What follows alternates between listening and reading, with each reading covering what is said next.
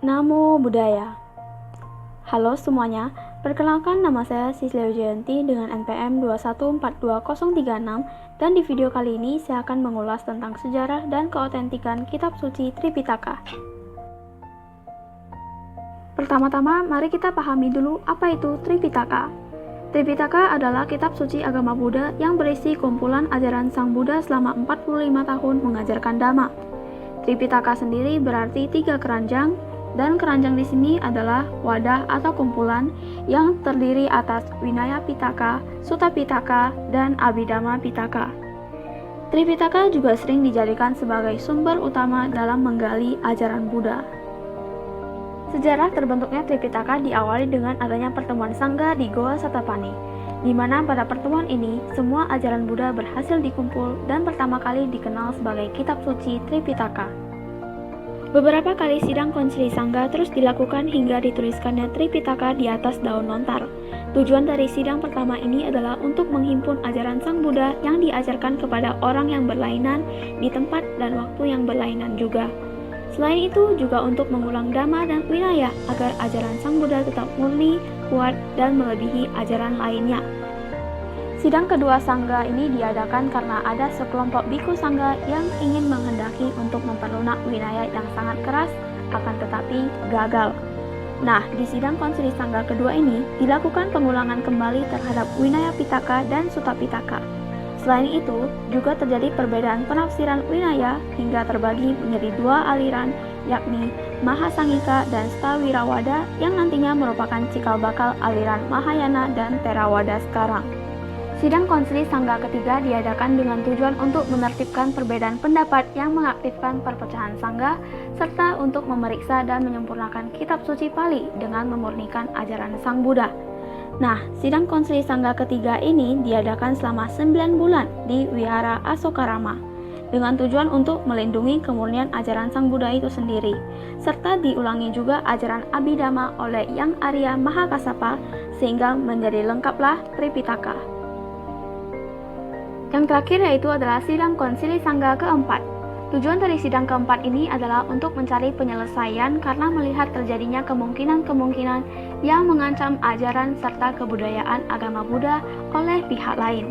Oleh sebab itu, supaya Tripitaka dapat disempurnakan komentar dan penjelasannya, maka diputuskanlah untuk menuliskan Tripitaka di atas daun lontar.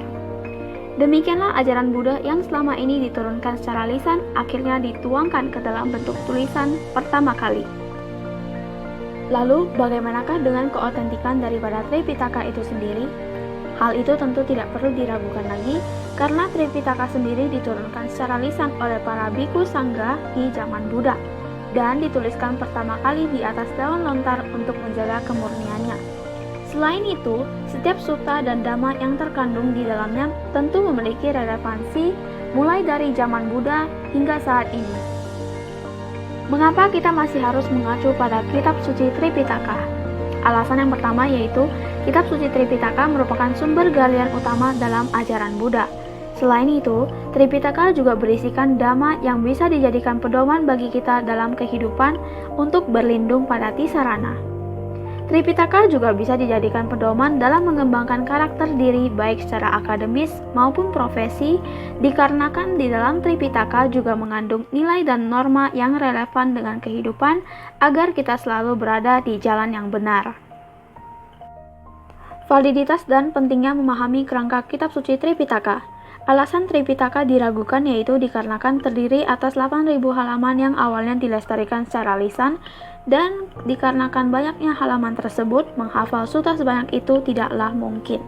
Akan tetapi, validitas ini sudah bisa terjawab di mana biku saat ini sudah mampu menghafal dan menjawab semua pertanyaan dari sutta-sutta yang ada. Kemampuan mengingat para biku sangatlah kuat di zaman Buddha dikarenakan para sangga justru mendedikasikan hidupnya untuk mengulang dan mendiskusikan langsung dengan Sang Buddha. Seperti gambar di samping yang saya tampilkan merupakan seorang biku yang bernama Mingun Sayadaw yang berhasil melalui serangkaian uji pelafalan Tripitaka dan berhasil menjadi biku pertama yang mendapatkan predikat Tripitaka-dara. Alasan pentingnya memahami kerangka Tripitaka yaitu untuk mengetahui pengelompokan yang lebih spesifik yang ada di dalamnya. Hal ini justru akan memudahkan kita dalam memahami sekaligus mengaitkan setiap sutta agar relevan dengan kondisi kita sendiri. Selain itu, yang paling penting adalah untuk menghindari kesalahan dalam penerapan setiap sutta dalam kehidupan sosial. Proses pembentukan Tripitaka tentu mengalami beberapa tantangan, yaitu yang pertama, banyaknya bhikkhu sangga yang ingin memperlunak winaya atau peraturan. Yang kedua, yaitu banyaknya perpecahan dalam pemahaman dhamma itu sendiri. Dan yang ketiga, yaitu usaha yang sangat sulit dalam menjaga kemurnian dan keautentikan ajaran Buddha melalui beberapa kali sidang konsili sangga. Selanjutnya, tantangan Tripitaka di masa kini dan masa depan yaitu bagaimana kita sebagai umat Buddha harus bisa meneruskan kelestarian kitab suci ini, yaitu dengan cara memiliki pemahaman dan pemaknaan yang benar, serta mampu mengaitkan setiap dhamma yang ada dengan kehidupan sosial. Selain itu, juga harus memiliki keyakinan, pendirian yang kuat, serta berpegang teguh dalam menerapkan kitab suci Tripitaka agar keautentikannya tetap terjaga. Esensi dan urgensi Tripitaka. Kehidupan saat ini penuh dengan pengaruh globalisasi, apalagi di masa depan. Oleh sebab itu, perlu urgensi dalam menerapkan isi Tripitaka agar kita selalu berada di jalan yang benar, dengan cara memahami kerangka dan sutta yang sering dibabarkan oleh bhikkhu sangga. Hakikat daripada nasihat Sang Buddha masih sangat relevan dengan kehidupan saat ini, meskipun sudah berbeda zamannya. Hal ini dikarenakan Tripitaka sebenarnya mengandung banyak sekali sutta yang bisa dipetik nilai moralnya untuk dipraktikkan dalam kehidupan sosial. Terima kasih telah menonton video ini dan Namo Buddhaya.